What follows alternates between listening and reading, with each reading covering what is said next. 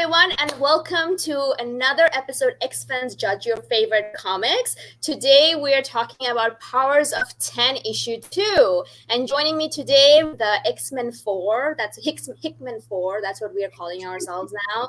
I mean, that's what someone in the comment was kind enough to give us that name, and now I'm going to be using this. So thank you so much for that. Tim, yes.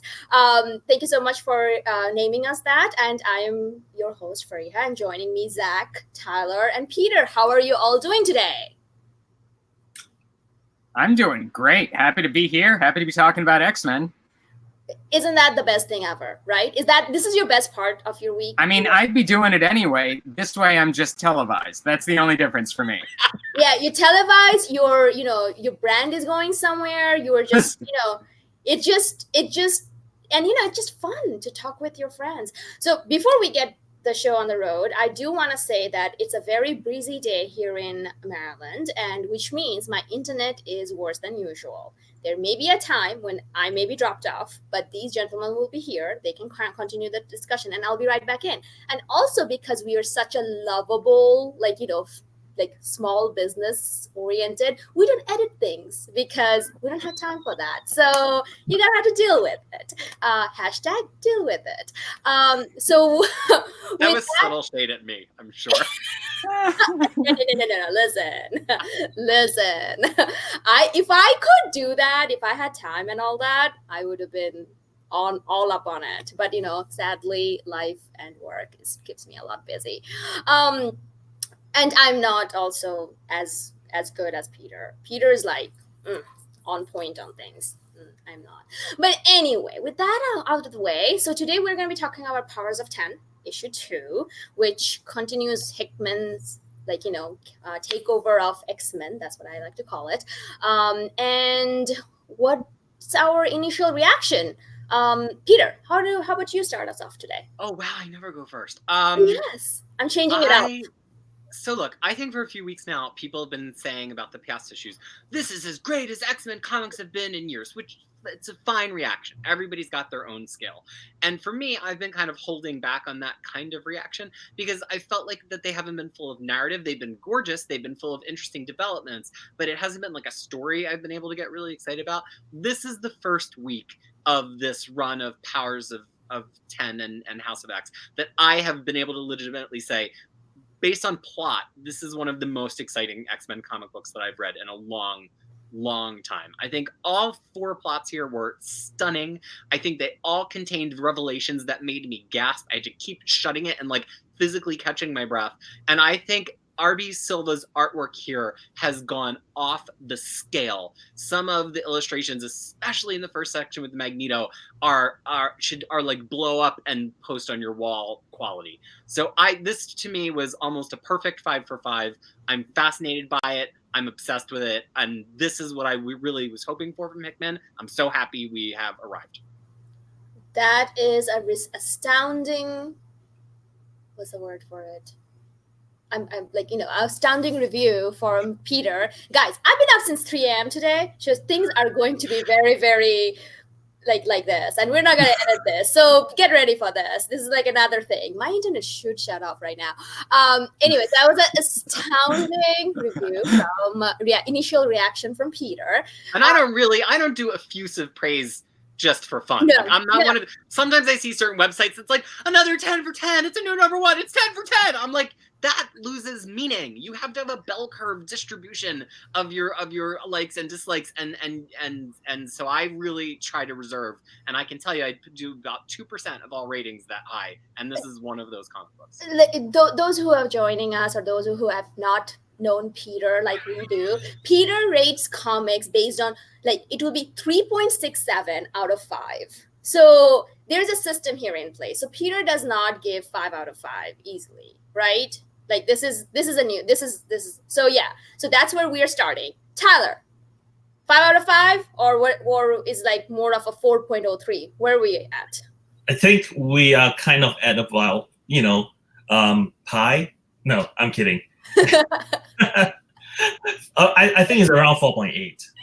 4.8. Okay. Yeah, for me. So it's kind of like the first 2. The 2 first issues for me, because the more I think about it, the more I like last issue, and I gave last issue in my mind like a 4.9. So this is like maybe a little bit, lower than last, but not too much. And I agree with Peter. There is a I kind of know where or guess where Hickman is going with this story, and because his long runs always have like one tagline, right? Like solve everything, everything dies. I think this has a tagline of some sort, and it has to do with that 2 sentence that he wrote last issue about Moira. I think she said something like, when two aggressive species share the same environment, evolution demands either adaptation or dominance. I think he is writing these two things across the whole era. Very interesting. All right, Zach, where are you falling in this? I feel obliged to say something negative about it just for the sake of contrast, but I'm going to be honest with you. I can't do it. I can't do it. I love this issue. I have been hard on Hickman so far. I have been a skeptic of this run so far. This was the first issue that really just blew me out of the water. I think the plot really has momentum here. It's telling a type of story that generally does not impress me, and yet it's doing it in a way that is tense and creative and genuinely fun to watch develop. And he is setting up and gradually revealing a mystery that's a true mystery. Something that has the clues actually put on a table in a way that if you are attentive to it and if you're really piecing it together as you go along, you can crack this code. You can figure out what he's doing. And it's just so well done. The story is great. The art is great. I thought this was a fantastic issue. All right. So there's like a 3 out of 3 for 5 for this issue. I gotta say, I've been always kind of been like the first issue of Powers of 10 did not grab me, and I am on record saying that I really did not care for that whole dystopic future thingy that was kind of in year X3 and X4. That's it was going for. However, it was the issue that the more I thought about it, or upon rereading it 3 times, don't ask me to repeat anything. I've been up so long. I don't think I remember much. But the thing is, upon rereading it, I agree that plot is becoming apparent. Like I can see where this is going, and everything that you guys brought up, that the theme of dominance versus like what's happening. It's around surrounding Moira, especially having Moira's mystery solved in House of X too. It's just a lot of the things is becoming more sense now. It's making more sense. I think that's a great point, that we have a focus now that we didn't before. For as much as some of us might want to bag on like in that last issue feeling a lot like an info dump, you can't deny that you read all 4 time periods thinking about, I wonder how this fits in with Moira, which we didn't have in the first 2 issues. Right. And one of the things I like, and I'm like, okay, it's going somewhere. Because I think like I've been thinking about what you said, Zach, that, what's the plot, where we're going with this. I'm not what is happening now. But now I feel like this, when I was reading through this, obviously you guys said, like, you sent me a message, this is the best issue ever.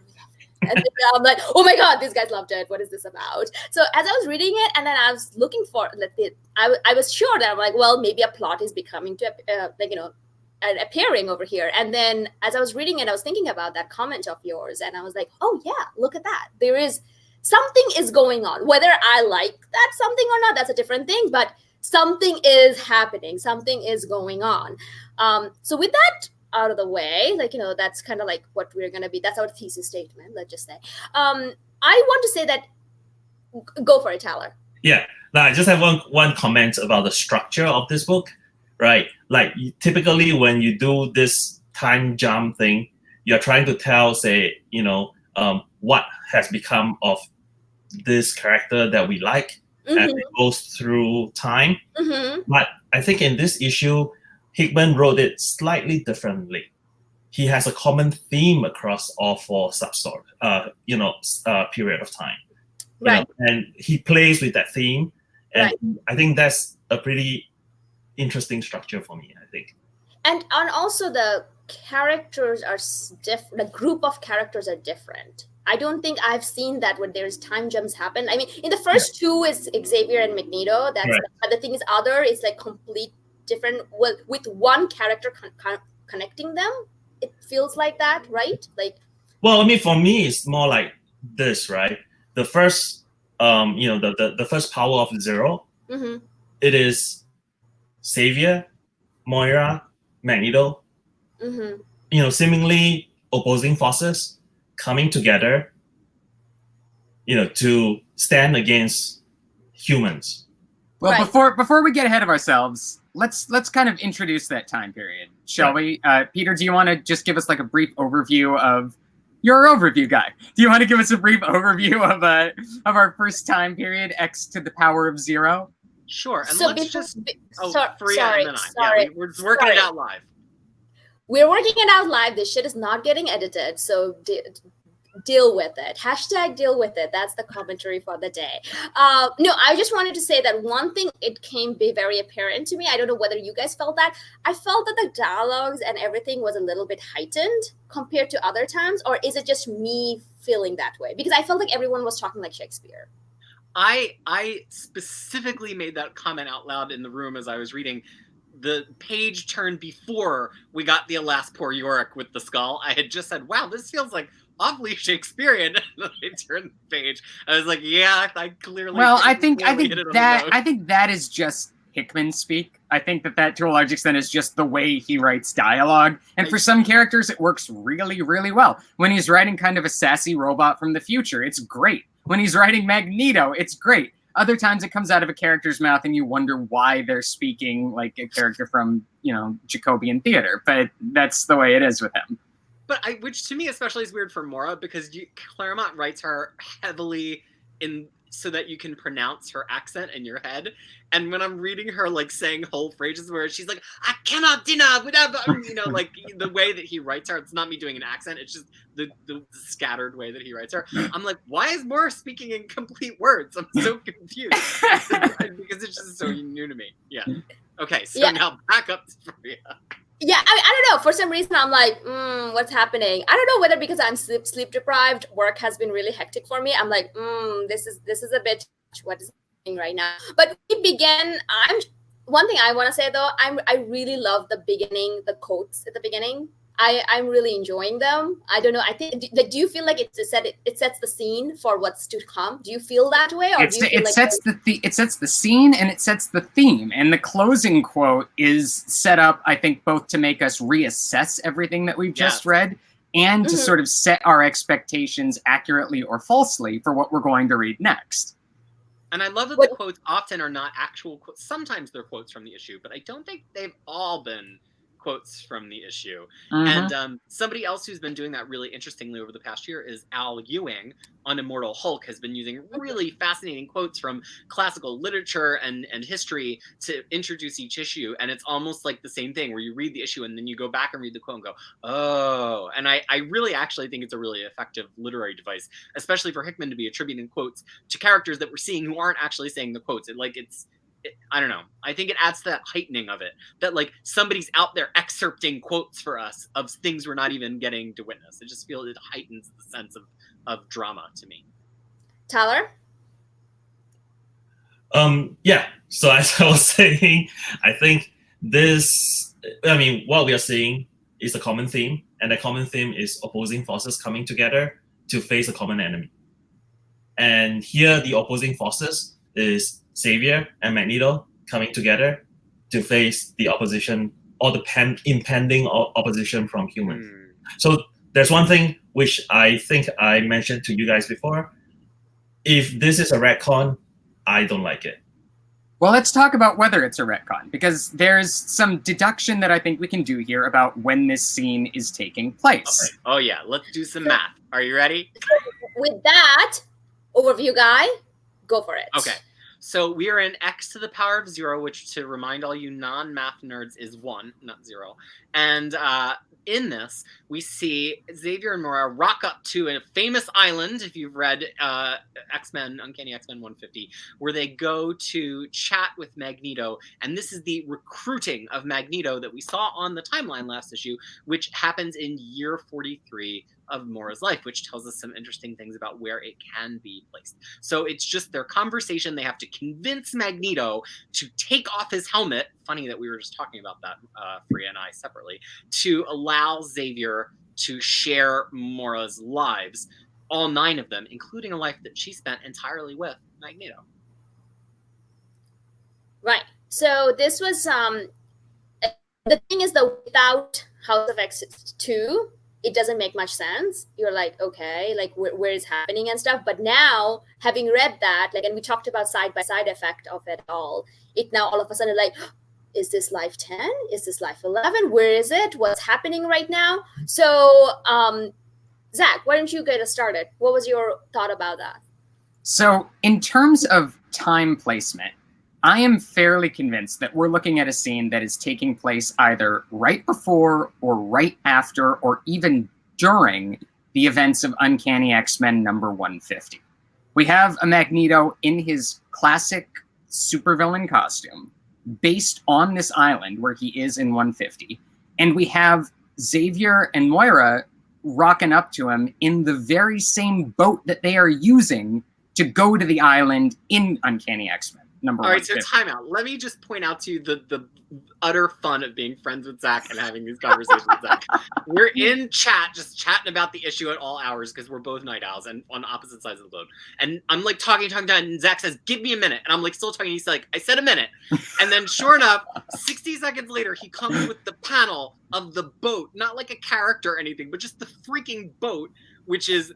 And he goes, "This is the boat that they're referencing," and it's from Uncanny X-Men. The boat is called the Deja Thoris, by the way. It's owned by Dr. Peter Corbeau. Dr. Astronaut Peter Corbeau. That's right. And at the time that Xavier and Moira go to the Bermuda Triangle with Peter Corbeau in that issue, I would also note that Carol Danvers is aboard that boat. So if this is in fact taking place during that issue, we have the future Captain Marvel aboard that ship, apparently waiting for Xavier and Moira to finish whatever it is that they're doing there.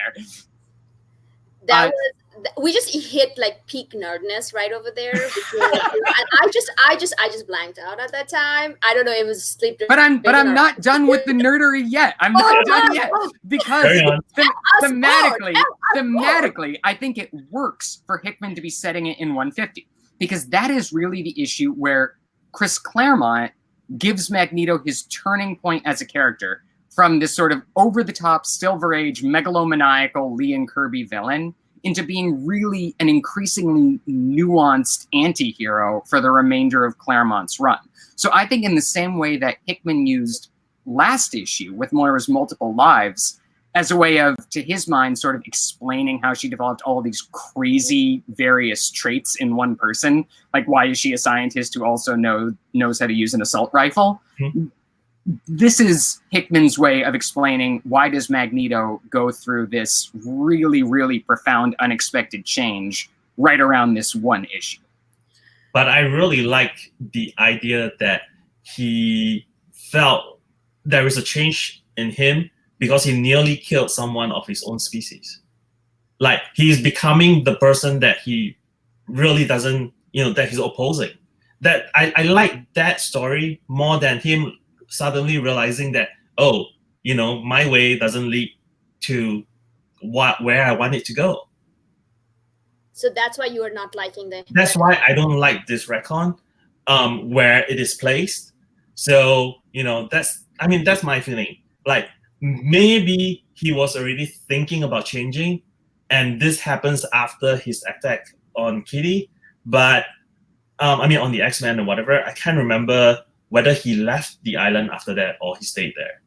The ending of that issue is fascinating. It said that we actually get some panels that say that Magneto is nowhere to be found on the island and the X-Men are distressed, but it tells us that Xavier is not. It specifically says that Xavier is not distressed, and he has a conversation with Moira about how this is going to be the moment that Magneto changes, where viewed in the context of this retcon, you can see that Hickman must have been looking at those panels and going, aha, I can stick this meeting right here, and it'll give this added layer of interpretation that's not going to contradict anything. I mean, whether or not you like the retcon, he clearly did his research to find a place where this could fit in. Yes. And the other thing I think is interesting also is that when Silver draw the part where, you know, Professor X is like, you know, transmitting whatever the lives to Magneto, he drew 10 lines.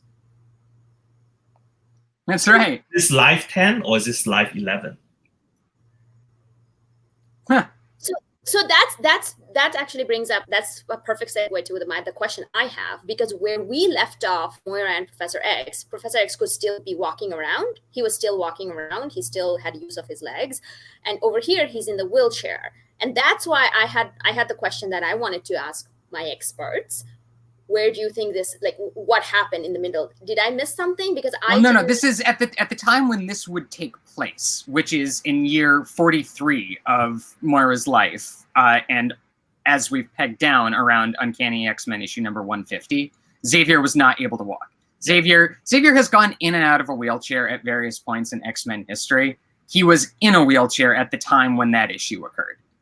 Right. No, I'm talking Moira about meets him in the Silver Age. He's still at Oxford, which is prior to his service, and so he has not had his critical injury which is Zach. Is it at the hands of Locust? I want to say it's at the hands of a villain named Lucifer, who's not the actual like devil Lucifer, but not actual. He's an incredibly lame Silver Age villain who basically dropped a brick on Xavier and took away his ability to walk. It's a terrible reveal, But so Xavier then makes use of a wheelchair from that point through all of the Silver Age into the Claremont Age, and then shortly after this period, when we go into the Brood Saga, he gets his mind put into a cloned body, which then can walk, but he still has trouble with the mechanics of it. So there's still a period where he can walk, but he is sometimes using a wheelchair. And then right around like a little bit before Uncanny X-Men 180 is when we just get full-time walking around Xavier in a way that we have never really seen before. No, that's all great, guys. I really appreciate that. But that was not your question.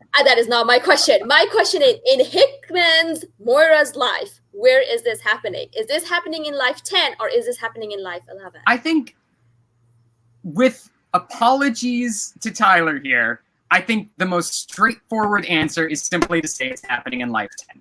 I don't think we need to overcomplicate Hickman if he's not giving us any clues that encourage us to complicate it further. And the Occam's razor answer here is in life 10. Yeah, my general position has been the answers are probably in the text. And that does not mean that I don't have crazy theories. I love crazy theories. But in terms of like what I'm officially speculating at this point is it's probably 10 because we've been told that the present day of House of X is in 10.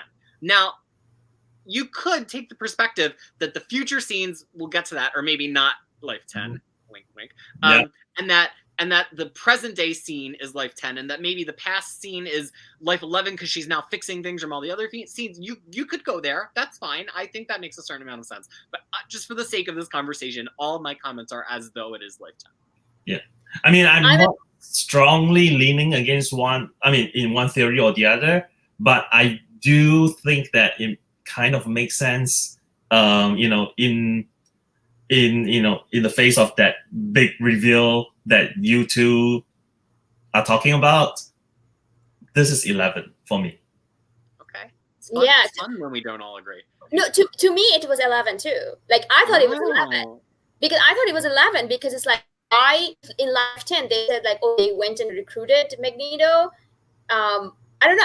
I was thinking that maybe this is like she probably met up with Professor X a little later because something else was happening to her, and then they just decided like, hey, that all the things happen, and they just like came to it. That's what I thought. Like for some reason, my first instinct was life 11, but just like Tyler, I'm not one way or the other. Like I'm not gonna be shooketh if it turned out to be life 10. If you know what I mean. Well, so here, I spent a lot of time thinking about the context of why this would be happening, because it is the issue I thought would be the recruiting issue, or shortly before, and Hickman a week later proved it to be true. So I was like, oh, great, validation. But then I dug a little bit deeper. Why would they just be bringing Magneto in now? Which I think goes to your point of like, did they meet later in this go round?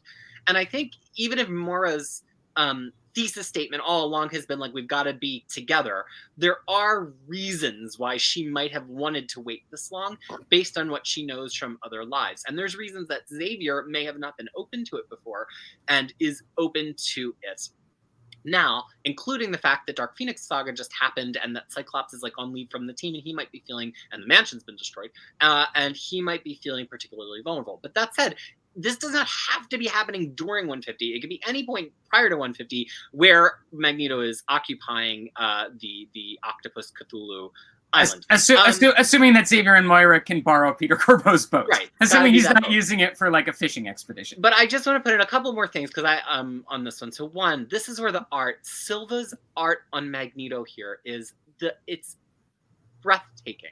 There's this one panel of Magneto. It's tight on Magneto, and it's just his helmet, and his face is entirely black inside of it. You can't see inside, and then it zooms out, and you see his cloak like billowing, and it's just stunning. It's got this like Art Deco kind of effect to it. Yeah. In fact, I might actually share my screen just so he's framed in this sort of arched doorway like John Wayne in The Searchers. It's a really, really striking shot. Yeah. I mean, can y'all see that now? Yep. Yeah. Yeah. Just that's stunning. Yeah. Oh my! I wanted that to be a page on its own. Like, right. I really wanted this to be its own splash page but then every image of him, just again, now we're starting to see his face. They're starting to they were opposed to him, but now they're side by side. The artists are really playing, and Hickman maybe in the script is playing with like these thematic ways that the characters occupy space on the panel, which last issue we heard Pepe Larraz get on Twitter and say, hey, did you notice how Moira literally does an about face over the course of a page as she comes around? And also, this is the thing that Tyler is talking about. Tyler says Xavier has 10 lines coming out of his head. Let's count. 1, 2, 3, 4, 5, 6, 7, 8, 9, 10, 11. So yeah. But the other thing that I want to talk about here is what this means for Magneto. I want to go a little deeper into what Zach says, because Magneto does become a hero sometime after this, and it's through Secret Wars, which is one of the few X-Men appearances that is significant, not written by Claremont. It's written by Jim Shooter. And at the beginning of Secret Wars, Beyonder has taken all these slices of all these different worlds and all of these different heroes. He puts them in the same space, and all the heroes together and all the villains together, but Magneto's with the heroes. And there's this long, drawn out, like, why would anybody put him here? Why would you think he's a hero? Did you just put him here to be with his own kind? And I think this is one of those other subtle fixes that Hickman does to like make an existing piece of continuity make more sense. Personally, I might have liked it better if it happened after God Saves Man Kills, but before Secret Wars. But the more and more I thought about this week, I was like, Magneto's confronted with all this new information. Nobody's a perfect actor. Like, he can be upset by it. Maybe this information fuels how he reacts to the Leningrad, and then also fuels, to Tyler's point, his reaction to almost killing Kitty in that issue, because he's like, am I really the monster that they've been fighting against all of this time? So it really, my whole point is it reconciles for me, and I think even if we never get the exact answer for what two panels it fits between, I think it's just brought up enough fascinating stuff that it works within Magneto's arc. I have a guide on my page for Magneto's every issue, and no matter what of those three places you slot it into, it actually enhances the story of Magneto.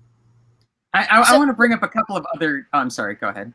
Yeah, let's hear. I was actually just going to say, because when you were talking about the art, that's when it kind of. I was thinking about like, why did I think it was life 11? Kitty. Moira does not look like a 43-year-old woman in this. Okay, that's fair.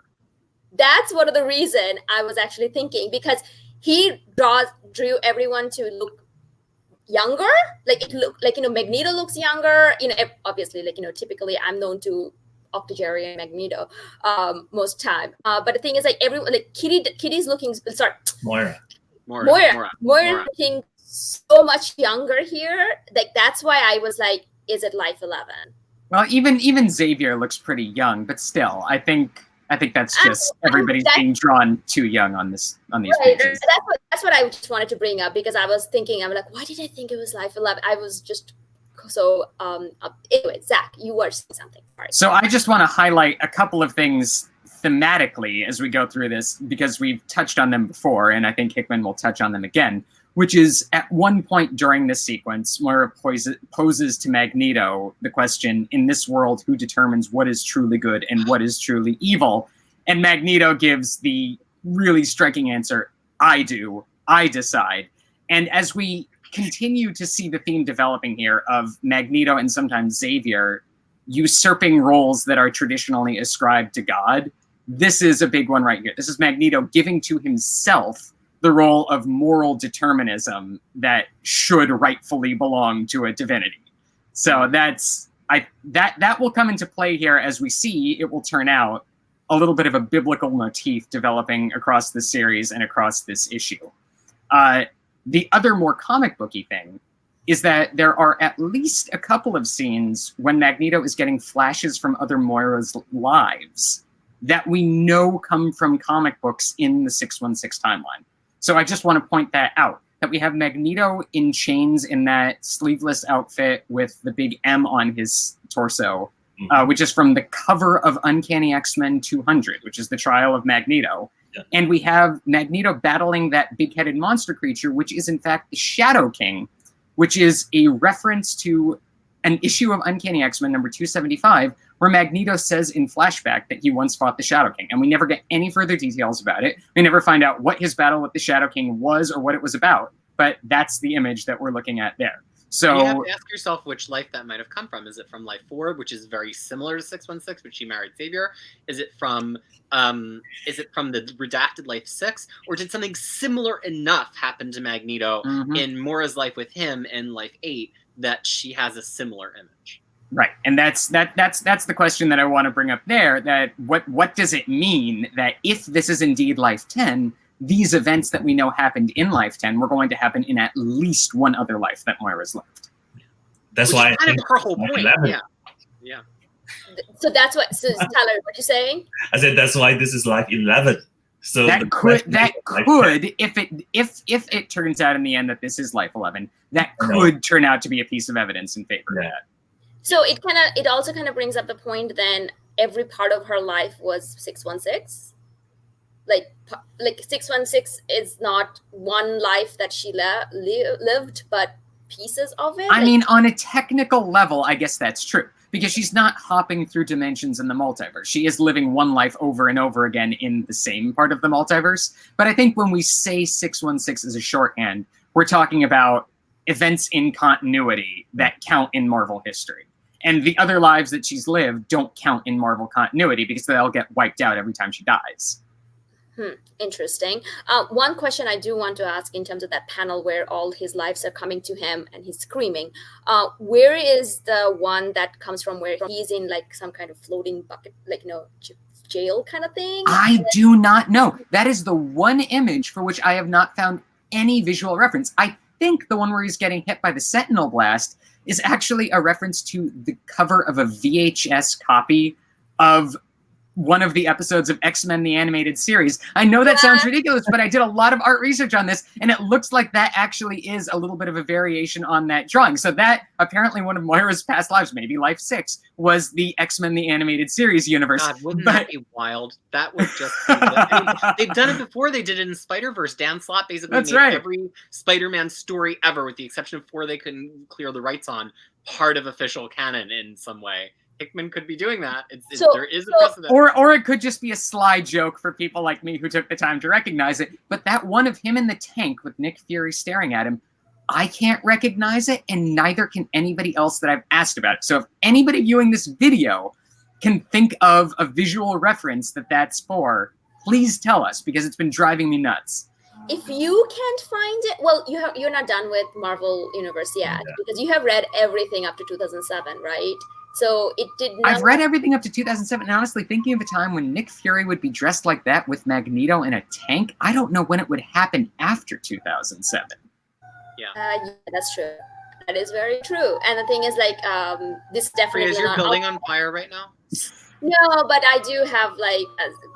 This is Baltimore. I'm just worried about your safety. No, it's not. It's not. It's just I live in Gotham City, you guys. So this is, I know Bat how signal is up right now. Yeah, it's up. My God, he's on his way. Don't worry about it. Right. So no, I mean, I that kind of came to me. I'm like, oh, where is that? I want to read that issue. So I did too, but I don't know where it is or if it exists. Okay, so I think we have spent enough time of X0. I think we can move on, and I can't promise that our discussion is not going to be surrounding all these lives of Moira now, because it seems like that has become a very, very important part. Yeah, you kind of have to tie into those to put certain things in context. Yes, exactly. We have to do that. Anyway, so then it comes to X1, which I'll be giving you a spoiler ahead of time. My favorite part of Hickman X-Men. So, Peter, why don't you tell us what this is about? Well, this scene precedes, we've got one scene setting that we've been following exactly now, and this is the third part of it that we've gotten, which is the scene in our present day House of X. In the House of X1, we saw Mystique steal this USB drive. In Powers of X1, we saw Mystique hand it over, and that it has something to do with the Orcus plans. And now here we see that Magneto and Xavier have decided that this Mother Mold Sentinel that's in orbit around the sun in the converted Soul's Hammer base from Hickman's Avengers run poses too much of a threat, not only because it can make a lot of other Sentinels, which we've seen that shtick before, but because it could lead to the relatively early creation of Nimrod, which is always a big, big threat to the X-Men. So they've called Scott in, Scott Summers, Cyclops, and this is pretty significant because we have not had a scene with the two of them and Cyclops for a long time now, and says, we need you to do this, and Scott says, does it need doing? Then it'll be done.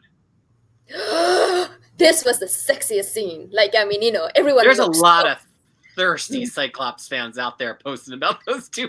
Like, everyone was so sexy all of a sudden. Like, it's not even like, oh, sexy. No, it's sexy. Like, a lot of like, with it.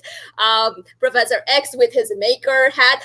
I really want to know, did he steal it from the maker? He has to have stolen it from the maker. I think there's one guy in the Marvel universe who makes sexy, elaborate full headwear and just farms it out to all of the characters that Hickman writes. And this one was like three of them just standing there, like Magneto's like, and the other one's like, go do it. And it's like, yes, sir, yes. So there was like a lot of that going on, and everyone was speaking like Shakespeare again. And I got all hot and bothered. I got hot and bothered just talking about it. So, Tyler, why don't you tell us what did you feel about this while I fan myself? So continuing the theme for what I was talking about earlier, this also features like two opposing forces coming together in preparation of a war against something else. It is it's more on the human side now. You have S.H.I.E.L.D., you have Hydra coming together in preparation against a war. Preparation of a war against House of X.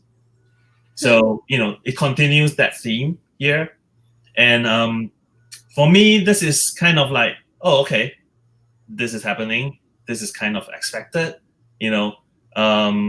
and I don't have a lot to think about this one. I kind of like, okay, this is pretty standard comic book action setting the scene for me. I actually much prefer the other three segments of this book. So I would just pass it on to Zach. Well, I think you nailed it with that theme, and it's a theme that is going to very much wind its way through the rest of the issue. Because what we're looking at here is forces that should be opposed to one another combining themselves into a collective for a higher purpose. Mm-hmm. We see it happening with the mutants on one side, with these three men who really fundamentally don't like each other and shouldn't be agreeing on anything, forcing themselves to operate as a collective entity in order to stop a bunch of different human organizations who should not be agreeing on anything, who have banded together in order to stop mutants. And we're going to be watching this theme of collectives move its way through each of these time periods with increasingly significant results. Yeah. And because I'm not going to have much of a Bible corner this episode, I will simply point out that Cyclops' line of "then it will be done" may be kind of a vague, veiled reference to the Lord's Prayer, "Thy kingdom come, thy will be done on earth as it is in heaven," which would continue that theme of Xavier and or Magneto usurping the role of God. Wow. I'm sorry, I didn't get the theme song ready. Zach supplied me with lyrics to the theme song, but I haven't had a chance yet. We're still in consultation on that. At this point, we're going to bring a Biblical Corner theme song right before he busts out. But anyway, Peter, what's your thought on this? So look, it's a brief scene, and it's hard to get too much out of it, but I still think there's some exciting things to talk about and some interesting references. So one is this idea, Cyclops, and I think I've mentioned this before, Cyclops has pretty much been running the show for the X-Men since like 2008-ish, because that's when Xavier was kind of like a little bit rogue, and then they don't really talk to him, and then he, eventually gets killed in AVX, and Scott's been in charge for a long time. So I've seen a lot of people talking about, is this in character for Scott? This Scott feels very glib. This Scott XYZ, which look, you can feel that, and I'm not here to tell you that it's absolutely in character, but I think you can't read the scene without acknowledging the fact that this is the first Scott who's taken orders from anyone, who's deigned to take orders from anyone in a long time for us as readers, and even a pretty long time for him as a character. And he certainly didn't deign to take orders from Magneto, and they've been collaborating for quite some time now. So there is something to that father-son relationship that he has with Xavier, which is back. Like, if he's a pod person, we don't know. We still haven't seen underneath his visor to see if he's still missing an eye, which he just was in the most recent run. Like, there's a lot of unknowns here, but I just think that you cannot help the fact that this is a really enduring platonic familial relationship in comics, and this is the first time we've really seen it functioning for a long time, and that might explain the way that Scott is behaving, and that he's a lot more confident than he's ever been as Cyclops ever before in his life, because he's been the leader of the mutant race for several years now. So I think that was interesting. Also, to Zach's and Tyler's points about a lot of people working together on the human side that normally we oppose, I could not help but give a little gasp at Magneto's panel where he says, and if you're wondering about their level of conviction, they've also held their noses long enough to Operation Paperclip in a few ex-Hydra as well, which I thought was, and if somebody else wants to talk about Operation Paperclip, they certainly can. And then the other thing is, we've seen a lot of these death missions, right? The X-Men have got, nobody's going to survive, and then they all survive. And I just think that, that's not that shocking. And the whole, we've got to go all the way to the sun. It doesn't even seem like that big of a deal. We've sent X-Men through rapidly shrinking portals to the future before that they might not come back from. But I do think it's interesting that they're going to be really, really far from any kind of support, and that's going to make it really interesting to see who gets chosen. And we've already seen on the covers Monet is one of the mutants who's been chosen, who's one of Hickman's favorites. And I think it's interesting to choose her rather than a Psylocke, who's also stealthy and powerful. So it just makes me excited to see what this mission. We're poised for our Ocean's 11 selecting the team sequence now. Right, so because there's a lot of powerful X-Men. Why would you not send Quentin? Why would you not send Rogue? It's easy to get into that coulda, shoulda, woulda, but I really am interested to see why Hickman, from a story perspective, winds up having Cyclops. And hey, fans of Hickman's Avengers will know that he likes his picking the team sequences. So he loves this. Any kind of some Avengers assembled. To me, my X-Men. What do the Fantastic Four say? They just put the giant flame on. Yeah, they just shoot the flame into the air. Yeah. The Avengers, the issue that you were talking about, where they're putting the team together the first time, I think issue 3 of the issue 2 of the Avengers, or issue 3, is one of the sexiest comic book ever. It's the Jerome Pena drawing all of those guys. Yeah. So what is that? Jerome Pena drawing all of those people. Yeah. I mean, it was colors. I mean, oh my God, it was very sexy. One of the things I wanted to kind of point out that it's very yellow. The coloring, the background, everything is very yellow. Any significance to that, or I'm just overthinking it? Well, they're going to be heading into a sun.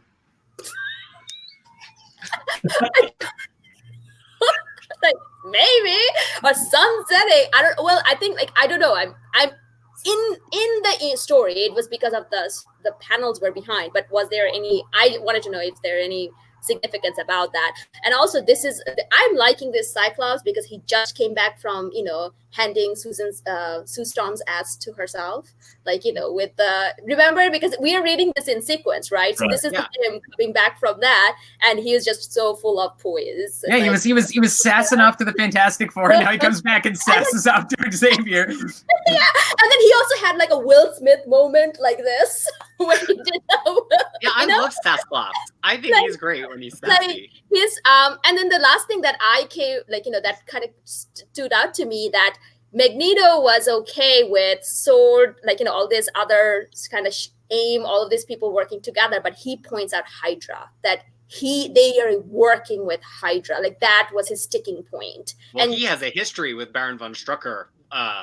They are not fans of each other. That's right. And bringing up Operation Paperclip was not an accident. You were right to highlight that, Peter. I mean, that was, for people who don't know, that was a CIA operation that enlisted German scientists, many of them war criminals from World War II. So for Magneto, who is himself a survivor of Auschwitz, to be bringing this up is not accidental.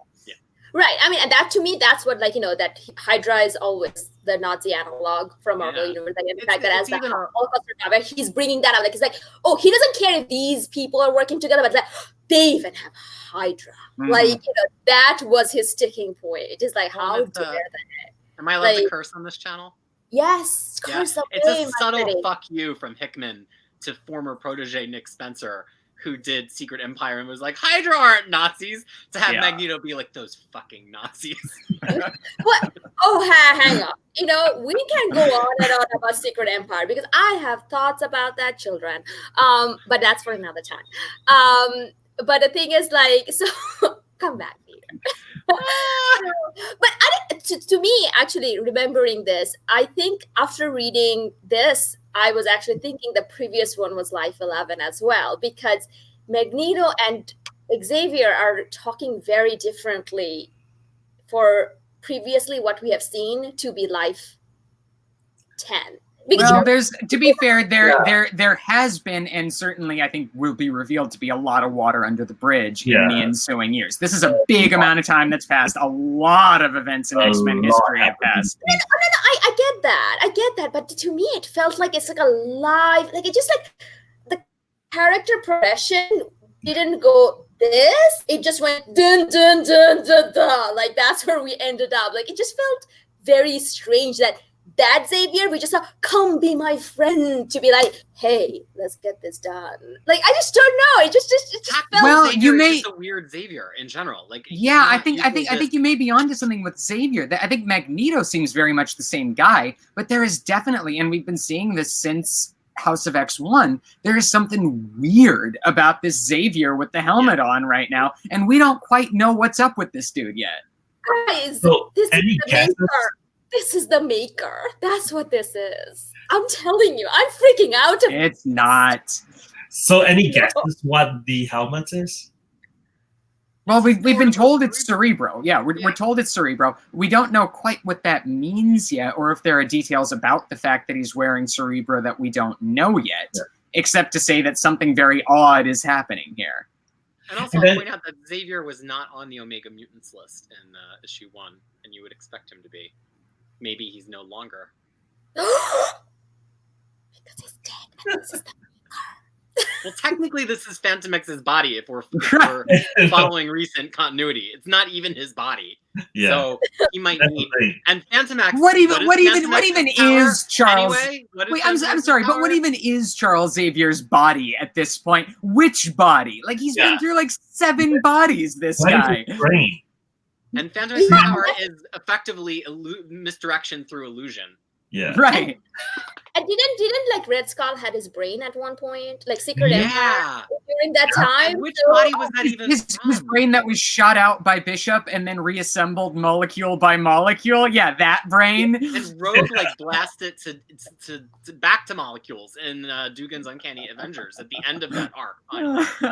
So my takeaway from this one, I want to see more Cyclops. Like, I know, I'm so ready for. I hope the next Powers of X issue, or no, House of X issue, is just straight up in that time, because I want to see Cyclops for a whole issue. But I think it always is, right? That's the idea, and I feel like now that we have our plot momentum going, I would not be surprised to see Hickman settling into what we were told the structure of the series was going to be in the first place, which was House of X showing us what was going on in the present, the actual story, and then Powers of 10 sort of expanding it to the past and the future. Yeah, I'm sure if Marvel had their shitty way, they would have made him make the Mora one a one-shot and called it like the Life of Mora X one-shot, and Hickman has the clout to be like, shut up. It's just gonna... and then the rest of the line would have to tie into it. There would have to be like a Spider-Man Life of Moira X. Oh yeah. Stop talking, everyone. Okay. Now we go to X3, which is my least and my most favorite, and I'm gonna tell you why. But Peter, wait, give me one small moment. Okay. I want to mention something. Okay. I think they stole something from Damage Control, and we are led to believe that it is this whole Mother Mole plans. But in Damage Control, there are a lot of things in there. So what if they stole all the schematics? What if they stole the bridge, and you have a Council of Moira? Well, I don't know that we have any clues pointing to that yet. And again, I stick with my ethos that until Hickman gives us a clue to think that a conspiracy is afoot, we should not assume that a conspiracy is afoot. So while it's possible that there's misdirection going on, while it's never shocking to see Hickman using misdirection on his readers, I don't think that we've seen any clues yet that would tell us there is misdirection going on. Although, as we will see in the next sequence, it may be the case that the people in this scene aren't looking at what they should be looking at. But we'll get to that. All right. So X2, hit us, Peter. All right. So I'll end with the bombshell. So this is the future that we got acquainted with in the last Powers of 10 issue. We are seeing two different scenes play out. One is a direct continuation from what we saw of Rasputin and the Cardinal returning to the asteroid K to confront 4 of the remaining living mutants in our solar system. It turns out the old man is Apocalypse, which means those 4 mutants that we just saw were probably his horsemen. And they're talking about if the mission last issue is a success or not. And there's a wonderful comment about the nature of big data, which I'll go to, which is that they go into more detail later, which is that they stole not the piece of information they needed, but the index to find the piece of information that they needed. Meanwhile, we have chubby Care Bear of Doom, Nimrod, just monologuing all over the place and being really upset. But he realizes that the mutants have revealed themselves by stealing the information, and they apparently were not evident previously. So it's really set up this imposing, like, they're all going to crash. Nimrod's aware of them now. They've got to go back to steal the other piece of information. Having said all that, the bombshell, which I have to credit Twitter user I Snow Nothing, the word Snow Nothing, I Snow Nothing, who realized that in the last issue, on the page about the surviving mutants, it had M Life 9 in the footer code. And since we now see Apocalypse being in charge of these mutants that are left behind, we do have a strong reason to believe that this is part of Moira's life number 9, which is the life that extended into the future with no end in sight, and the unending Apocalypse War. We don't have a confirmation, but we now have several hints that are pointing us in the direction that this future forward look is a look at life 9.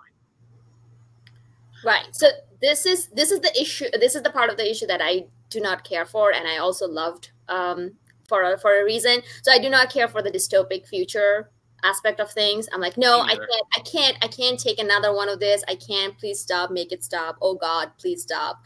But the thing is, when you said that this is life now, I'm like, oh, that's great. Yeah, hooray! I don't have to care about that. But I also love this because of Care Bear Nimrod. Like, he's just this monster. I loved him. I'm like, go girlfriend. And he was having the time of his life. So that's pretty much why. And he was talking like, like as if he's in a theater. It's like, hey, you guys, like, it's like he's his own monologuing, own stage and everything. I loved it for that. So that's pretty much like, especially with the whole skeleton and all of that. Like, now I want a Care Bear Nimrod like figure. Like, can someone make that for me? Like, just that. So with that out of the way, Peter, why don't you start us? What's your overall view of this? Oh wow. Well, look, I think this one holds so much mystery that for me it's hard to like really get engaged in the plot because we still don't know what they're trying to do. Like we can't root for this. Clearly the two missions are being set up in parallel to each other. The mission that we're seeing Cyclops about to go on and the mission here where they're going to go back and get the data. But with Cyclops, we know that the whole fate of the mutant race is on the line. With this, what is really on the line? The ability for the 8 of them to continue to live on Krakoa or Asteroid K? Because we see that there's other mutants in Shi'ar space. Is Nimrod going to try to go into space and kill all those other mutants? I just feel like the stakes are like... Can I throw out a purely speculative answer to that? And again, this is all speculation here. This life more than anything else is all speculation. Now that we are pretty sure that this is Life 9, we can assume that number one, Moira is still alive in some form. A lot of people have speculated that she's in that big sarcophagus behind Apocalypse. So she's around. And Apocalypse very well could know that she's got one life ahead of her. Yes. I would posit that they know it's too late to save this future. But they are now homing in on the event that ruined that future with the intention of essentially using Sarcophagus Moira as a Moira bomb, loading her up with the information she needs, allowing her to die or maybe killing her, thereby sending her into the next life where she can prevent this future from coming to pass. That is my cockamamie theory. So that cockamamie theory is a straight rip-off from First 15 Live of Harry August. Oh no, lawyers are coming! Oh no, I did not mean to do that. That's precisely what... I want to be very clear. It's not clear that anybody just accidentally plagiarized that book except for me off the top of my head. I want to make it clear to attorneys across the world that that is all that just happened there.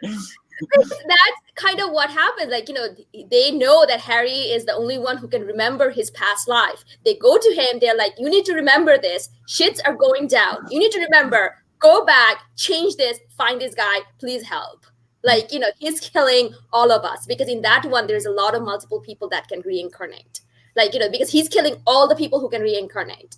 And they actually find this girl and then say that, please help us. This isn't happening. That was the whole central plot of that line. Well, that is fascinating to learn. And I've clearly wandered into that minefield again. And frankly, I brought all that up so that I could use the phrase Moira bomb. So now here we are. Moira bomb. I mean, that's, and someone please correct me if I'm wrong, because that's what I remember very strongly from that book. I need to go read that book now. I'm assigning all 3 of you. You have to read that book now. We will end this series with the lives of the read-through of that life. Like, because that's kind of one of the central plot. We don't know whether that's happening over here, by the way. We don't know that. No. Yeah, that again is just wild speculation from one of the 4 of us. That's all that we know so far. But it's logical. I mean, it is kind of really logical. And I think, like, continuing the theme, right? You have the mutants and Apocalypse, opposing forces coming together versus in preparation of war versus the man-machine coalition. Right. So that's the same theme that is carrying through. And I'm like, and I kind of enjoy looking at the different generations of Sinister's mutant. So, I mean, in Life 9, I think Apocalypse higher Sinister. So enslaved was the word. Enslaved. Okay. Yeah. Higher versus increasing salaries, but yeah, I mean, so I think that kind of makes sense too, because then he could be tasked to create, mutants or whatever, or that could have happened before, and whatever. But I'm kind of interested in this. I mean, it's kind of nerdy as well. Yeah, when they went to the big data thing, it's like, oh yeah, that completely makes sense. Yeah. Well, here's something that I just want to bring up because it's a small detail and I don't have an answer for this. But when they do pull up this data file for the launch of what we see in 2019 as Project Nimrod, in other words, the same date that we know people are heading to in the Cyclops, Xavier, Magneto timeline, the source for it is Salesen, which would seem to indicate the Salesen kennel, which is on the site of the Xavier School in Salem Center. So what's up here? Why does this file seem to come from the Salesen kennel? Well, could just be where it's stored or where the idea originated. Some of these timelines has given us the idea of universal constants, where if Mora doesn't do something very specific to knock it out of position, it's something that will occur. Sentinels being one of those things, the Phoenix Five apparently being one of those things that we already saw. So it could be that like Salem Center becomes a nexus for mutant stuff to happen, even if there is no Xavier, right? Like the reason Xavier's there is, right, isn't that his parents' house originally in the mansion, or he builds it on the site of land that's left to him or something? Or that's his family mansion. Yeah, but clearly, even with Xavier dead in Life 9, if in fact this is Life number 9, Salem is still important. It doesn't mean that damage control in Life 10 is the same thing as Salem Center in Life 9. It just means that these Nimrod designs and also Salem are two of these universal constants that Mora cannot avoid the importance of. And also another thing that I think I might be reading too much into it is the two humans with Nimrod. Look at how they are drawn with like strange face markings that serves no function and pouches everywhere, and then they get blasted off. Is Hickman basically saying something about X-Force? I don't know, or even the I mean, it's not so different than some of the markings we've seen on Hounds in the past, and we already know that there's no more living mutants in the system other than on Asteroid K. So, it kind of looks to me like stylized Hound markings, the same sort of like an evolution from what we saw on the face of like Rachel Summers when she first arrived. Yeah. And these are some funky looking humans. I did not care for them. They look the same with different hairstyle, by the way. So I was thinking, are these like cloned soldier, like stormtroopers?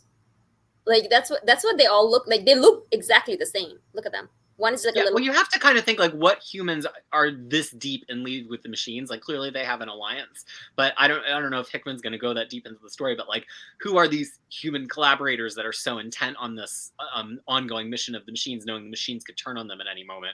You have to kind of wonder. And so like maybe they are farmed humans. Maybe they're pod people. Yeah, I just learned, and I just love that Nimrod taught me this new thing about truth and lies. Like, when he can tell truth and lies and all of that. I love that line. It's the best line in the book. I could lie all day if I wanted to, just for the pleasure of it. Just for the pleasure of it. That's Hickman talking. Right? All of the expense. Like, I'm just lying to you. Increasingly, I sense that Nimrod is the character with whom Hickman most identifies in this series. I identify with Nimrod way too much, and I don't think I should. I mean, should I or no? Maybe I shouldn't, right? So who is the tree guy? I just want So the indications that I picked up in this scene is that tree guy seems to be Krakoa occupying the body of what was once Doug Ramsey. Or and thereby Gen 1 or Gen 2 derivative of Krakoa. See, I don't think so. I think that it's Krakoa as the cumulative mental essence of all of the mutants who have been in Krakoa. Because it refers to itself by plural. Krakoa refers to itself as a plural. And they talk about Krakoa decoding the information, and he's going to do that with the body of the mutant that he's occupying who could speak any language, and that's obviously Doug. So I think that this is, in fact, the island itself taking on a bodily form. And I think that island, because that's what Krakoa is. I mean, going back to Krakoa's first appearance, Krakoa is a collective entity of different mutants. So I was thinking about, there's a mutant that lives under the school. Like the school, the Jean Grey of higher learning, that building, that ground was a mutant as well. Yeah, that was Krakoa. That was Krakoa. Yeah. Okay, all right. I did not know that was Krakoa. Yeah. Interesting. All right, okay, guys. That's why I love this discussion. All right, any more thoughts on this timeline? Yes. I want to talk about the infographic. I want to talk about that awesome infographic, because Hickman has thrown in a lot of what may just be Easter eggs, but if they are, I think they're kind of cool as Easter eggs. So just to start with, he's doing a little joke here with the name of Nibiru, because that actually comes from a hoax about a planet-sized asteroid that was supposedly on a collision course with Earth. And the other name for that planet-sized asteroid was Planet X. So Hickman knows this, and he's doing a little goof on us by naming this planet Nibiru. But he's also toying around with a lot of different stuff from Cosmic Marvel, because we can see that on its trajectory before it settled, Nimbus absorbed the collective intelligences of the moons of Saturn and Jupiter. And that includes, by the way, Titan, which is the home of all of the Titanians, including Thanos and his brother Eros and their entire family. So it apparently absorbed all of the collective intelligences there. And it also absorbed Europa, and Europa seems to be the source of this information. And that, it was pointed out to me on Twitter today, is a reference to the 90s Guardians of the Galaxy series, of all things, where the mutants of the alternate future were led by Magneto to escape persecution. Yeah, by settling on Europa, which was hit by a Badoon invasion. And Hickman mentions the Badoon infestation on this infographic. So he is making a very deliberate reference with this data source to the 90s Guardians of the Galaxy series. So that apparently happened in this Life 9 apocalypse timeline. And now you all have to run out and read your Jim Valentino Guardians of the Galaxy, because it has suddenly become Hoxpox relevant. I have those available in 3 complete collections or 1 omnibus edition. That's right. But the mutants part is only one particular section of that he's run, right? I remember that it's like a 4-issue arc or something. Yeah, you're basically looking at, I think it's like issues 6 through 10 are what you want to look at here. Something like that. Yeah. Wow. But I thought you were going to talk about Doug Ramsey's eyeball. Go ahead, Tyler. You're assuming this is part of Power of like 2?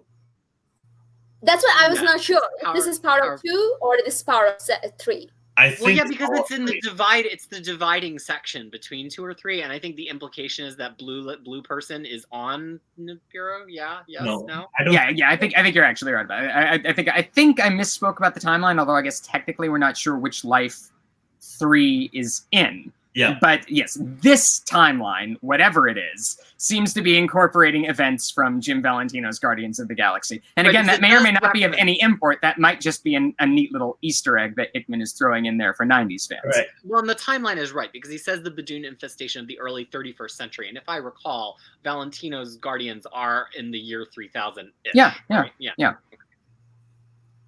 Interesting. So that brings us to X3, time 3, X year 1000. Peter, why don't you tell us what's this about? Very little actually occurs. The place that we left this was we had the blue mutant kind of overlooking this human preserve with this Adam and Eve 2 humans in it. And we kind of all had the thought of like, where could this possibly go? And it turns out that it's not even set on Earth, apparently. And the place that it's going is that in the same way humans have kind of become assimilated into this mass consciousness that is part of Nimrod the Greater, and that 2 of them are just kept as a zoological wonder, that this blue person is steering towards her own assimilation, or as she puts it, or he, we'll say she, ascension, and that ascension involves plugging into a much bigger galactic mind, in this case, the summoning of the Phalanx. And I am going to take a modest little bow here, because my ridiculous theory about the Book of Genesis and Josephus turns out to actually be a set of clues that Hickman was laying here that led us up to drawing this conclusion. So specifically for Zach, clues laid specifically for Zach. Yeah, this was our friend Muir on Twitter. Those are the 2 people. This is one of those things where it's like, if you were to tell me that the clues for this comic can be found in like historical biblical scholarship in 90s X-Men comics, that's the point when I go, I was born for this moment.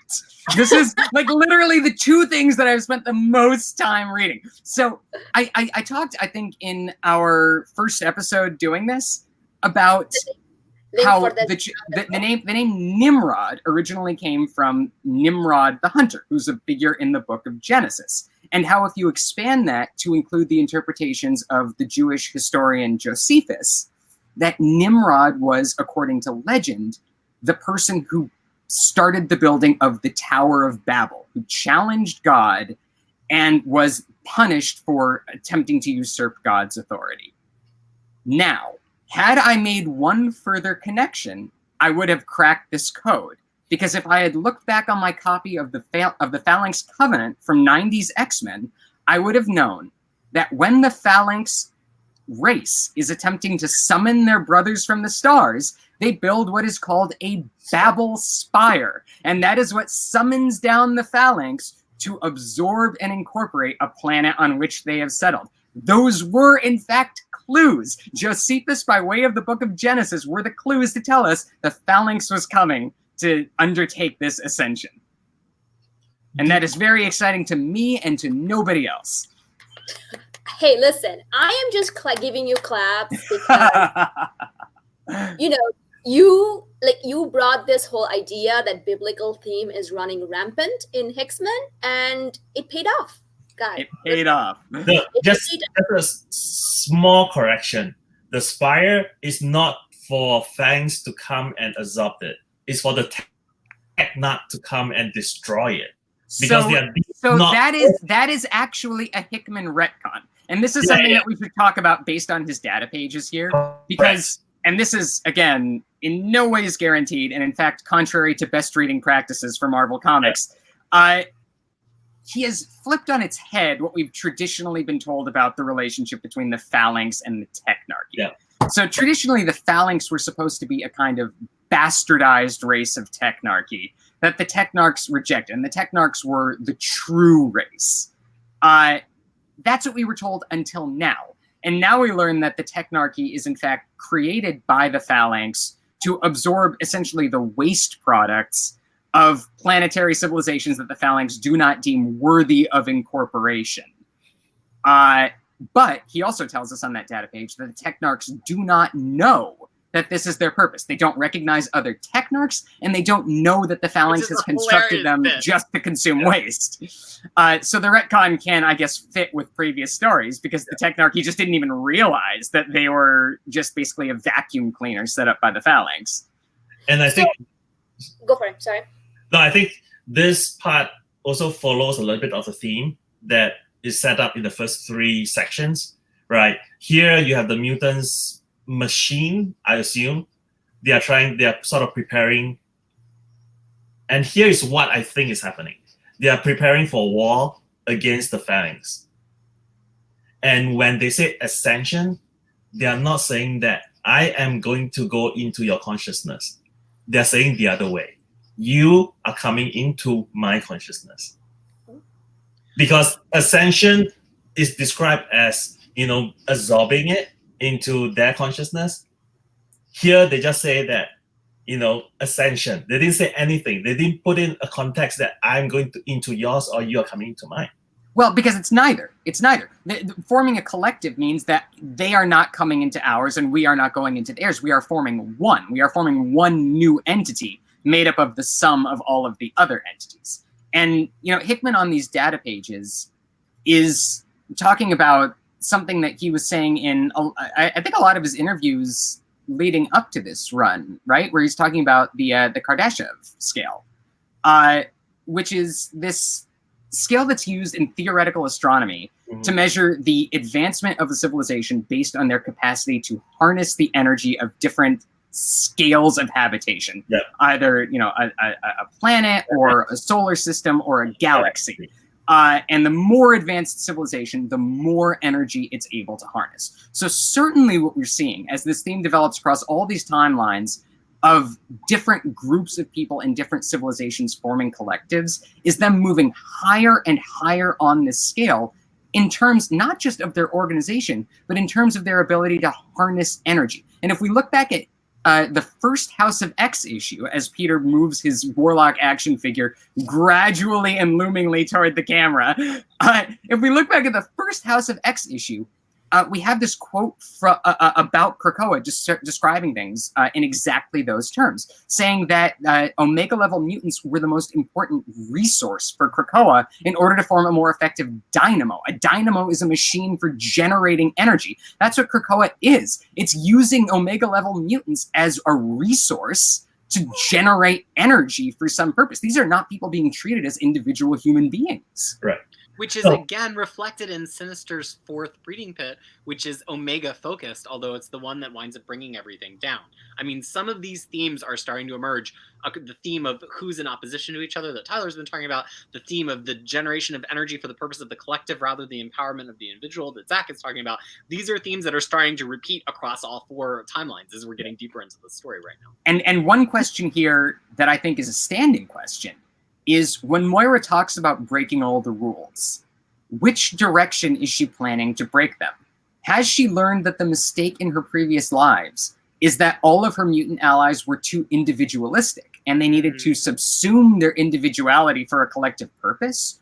Or is that a mistake? Is the lesson to be learned here that salvation can only be found in the individual and that all of this working to form bigger and bigger collective entities is in fact only going to end in disaster? Which way is this going to go? Yeah, I have some things to say about that, but I just realized I don't know if we've had Freya really react to this one yet. And this is the one where we're like, oh, we don't know if you're going to know the background. Forgetting for a moment that Freya has read Cosmic Marvel and she knows who the... So I have a little bit that I want to add to that, but I would like to hear from Freya before we go deep into theoretical land here. Well, there's actually nothing much I have to add because the thing, I'm just more interested in hearing what you guys have to say. Okay. The one thing I would say that for me, the phalanx.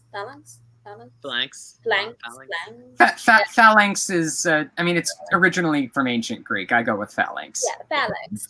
I only know them from the Annihilation Conquest. I did not even know that they have any X-Men connection because in Annihilation Conquest, they're the main villain. Well, the omnibus cover actually gives away who the main villain is, which you don't notice until you see it in the comic, and you're like, oh my So did Marvel's publicity materials at the time. So I don't think they were working all of that hard to keep the reveal a big surprise. No, because I so here's the thing, because I don't look at anything like, and I don't, that after reading it, I'm like, oh yeah, look at that, it's that guy. But so they kind of, the idea is like, they just go in and start sucking all the minds out and then trying to become one, the spiral of Babel or whatever is it that they call. All of this was there, and they have done it in a time when Annihilation came and created a power vacuum, and they just tried to take over. Like that was their whole plan, only to find out that, oh no, they were actually directed by this other entity. And that was like my whole, that's where I knew them from. So when I saw them, I'm like, oh, those people? What are they doing here? So my first thought was actually, I'm like, Peter Quill could take them down. Why are they here? Like, you know what I mean? Like, I was not impressed. I'm like, come on now. What's happening? So that's why I want to know, like, what do you think is happening? Because someone that Peter Quill could take that down, I don't see a dun dun dun moment. Because if someone said Ascension, I'm like, fuck off. Well, I would say that Peter Quill could take them down in the present day, but this gives them another 1,000 years to develop intergalactically, where who knows? They could be the most, I think there could be a whole order of magnitude additional to their power. Who knows? But I do agree that they tend to present a much bigger threat to the X-Men for some reason than they do to... Well, I think maybe from what I'm hearing here, Annihilation Conquest just sort of downscaled them compared to the threat that they had been presented in all of their X-Men appearances prior to that. Because certainly during Phalanx Covenant, they were positioned as a very, very big, nearly unbeatable level threat to the X-Men. I will point out, just in case this has anything to do with anything, that when they were defeated in the Phalanx Covenant, it was by way of key action from the X-Man Forge. And we also know that the installation where that Mother Mold is being built and where the X-Men are going to be trying to infiltrate in one of these timelines is called the Forge. So I don't know how this theme is being played on here, but Hickman seems to be aware of it. Yeah. I do want to say, though, it's not just Peter Quill who took them down, but you get the point, right? Yeah. It's like, it's just the whole... It's Peter Quill and a raccoon and a tree person, so please. And we've got a tree person, 1,000 years ago. No, I just want to bring up a point that, I kind of disagree with Zach early on regarding, Ascension being a combination instead of an absorption, because I think it specifically states that it's worth consuming in the data dump. So when you consume something, it's not merging. So that's the entity as it exists, Right. deciding that a new entity has something new to contribute that's worth incorporating. But once that new entity is incorporated, then they are the same thing. It's not one having absorbed the other, it's two having become one. It's just a question before that incorporation occurs, it's the more advanced entity making the decision whether one is advanced enough to Right. be a part of it. And here we are led to believe that the phalanx is the more advanced one. Sure. But saying it's not the case. So the whole so when I read through this and I read through the data dump, the first thing that occurred to me is that, did they as in Nimrod and the blue person just created a 14-year bait for the phalanx to come and consume and hear them, like the whisper. You think that they set a phalanx trap, basically? Yes. They expand. They created this bait. This world mind spends 14 years to create it just to attract phalanx, and then consume them into the Nimrod. So I think that could very well be what they think they're going to do. But the story leaves us on deliberate irresolution. We don't know what's going to happen after they say ascension to the phalanx. So it's unclear whether their phalanx trap that they have just set is going to work. Correct. Well, here's where some of my thoughts on this timeline finally come. Freya, did you have something you want to throw in first? Yeah, because how many of you have read Hickman's Avengers? All of you? I think we all have. Okay, so in Hickman's Avengers, Cap goes through a time travel. That's Peter's favorite arc. I know that. So in that, there was this whole idea of future is getting more and more technology based. Is there any connection to this at all? Do you see it, or it's just me thinking, getting a lot of deja vu about that? Well, a lot of people have connected the way that that was drawn and depicted. I think the end life that Cap makes it to, along with the way some of the Franklin Richards stuff was depicted in Fantastic Four, where he's living on an asteroid with Groot, and then this asteroid K. Even if they're not all in one the same, it could be one of those through lines, one of those singularities where no matter what, there's going to be this biological element in space. No matter we don't know yet if Hickman's going to draw a dotted line between them or a straight bold line between them. But this conversation really leads me to something that I took away from the issue. And look, I found this last time a little bit oblique, and I usually don't like when Hickman does this stuff, but I think he earned it with the rest of the issue. And by the bomb drop of the phalanx, and then almost after that, it was a total mic drop moment when it's the phalanx, and then it's let's have some data pages to cool down now, folks. It was just it was so perfectly paced. And it made me really think, A, that he earned it, and I was happy to be excited about it because he didn't just make a whole issue about it. But two, look, regardless if you believe that Mora is the blue person, or if you think Mora's intelligence has been made part of this great Nimrod the Greater collective now, and effectively Nimrod the Greater is an archivist of Mora, no matter how you count it, you have to wonder if Mora has engineered a way for her consciousness to live as long as possible in order to get the most information that she can about her following life. And what better way to do that than to be assimilated into a collective consciousness that has a vast amount of information about the universe and that may be fundamentally uneliminatable. I mean, you have to really ask yourself, Tyler was talking about setting a trap for the phalanx, and it's whether it's a trap or not, whether she thinks she's going to be completely subsumed or not, I don't think we would be seeing it if it wasn't relevant to Mora's experience, because it seems like Mora's experience is the through line to all of these 12 issues. And so if it's relevant to her experience, why? It's because she set some plan into motion, and you have to really think about what that means for Life 10. And also, I think it does kind of erode the idea of if this X to the third power is actually Life 9 anymore. Maybe it's Life 10, and this is what Destiny was saying about playing your cards right to get to Life 11.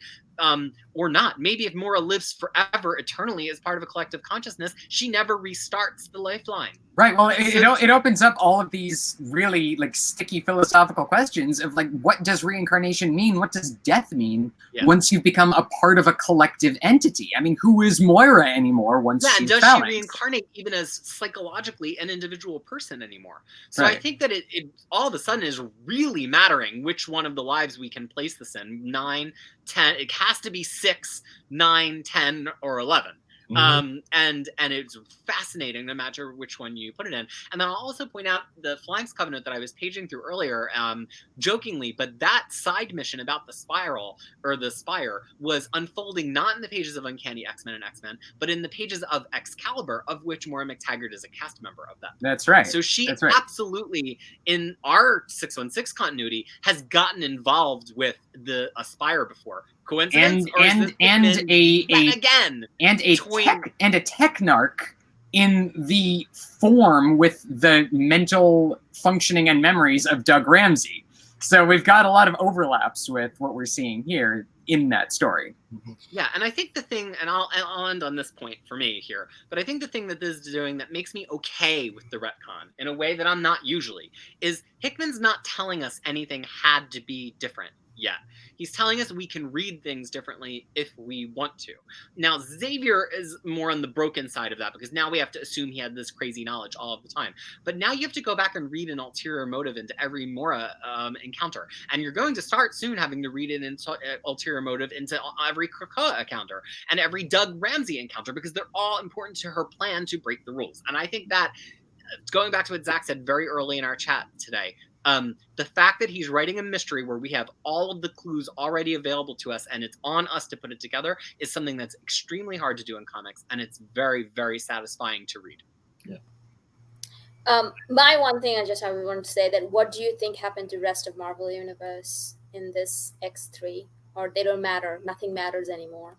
Well, what do you think happened to them in Hickman's future forward look in Avengers? Hadn't the human race been reduced down to one collective or machine consciousness in that story too? Yeah, that's true. But that was a thought. That was like, this what could happen if you don't stop this. Right. Well, that was speculative. So yeah. I don't know. I mean, I was just thinking. I'm like, this is just go. I mean, we know that Homo sapiens didn't turn out that well. We know that there are 2 of them living in a little theme park as a remnant of their race. So nothing good, I'm gonna say. Yeah, nothing good. This is what happens when you don't let mutants do whatever the fuck they want. Or maybe when mutants do what the fuck they want and they form a dynamo and it's a huge mistake. I don't know about that. I'm going to say no to that. I am gonna say yes. I am going to say that it is a mistake for mutants to be surrendering their individuality for the sake of capitalist Xavier controlling the means of production. There, I've said it. And whether or not Hickman agrees with me, I stand by that position. And I guess the thing I'll say is, as I said last episode, the thing that matters is what is Moira's intent? What is her win condition after 10 lives? Especially after spending a whole lifetime being corrupted by proximity to Apocalypse. There is no reason that we need to continue to believe her to be a hero here. We have no data to show that that's the case because we don't actually know what her intent is, only what she's revealed to Xavier. But the other thing also is that, like, are we still thinking that those, non-concrete line means that Moira is no longer Moira? So does she actually remember all these things, or does she not remember them, even though she lives for a long, long time? And the initial intention of the Moira bomb is to get her as much information as possible so that she can act really. I mean, she can do the best that she can in her supposedly last life. But what if that plan didn't work? Because at a certain point, she stopped becoming her. And when she gets reincarnated, she doesn't remember beyond that point. This is a question that I think is important to pose. Whether it's because that didn't work or it's because they don't get the information they need in the heist operation that we know they are going to be planning in the Apocalypse timeline, or for any other reason, did Moira, in fact, if the Moira bomb scenario is true, did Moira, in fact, get back with the information that she would need to convey to herself and her compatriots in her next life?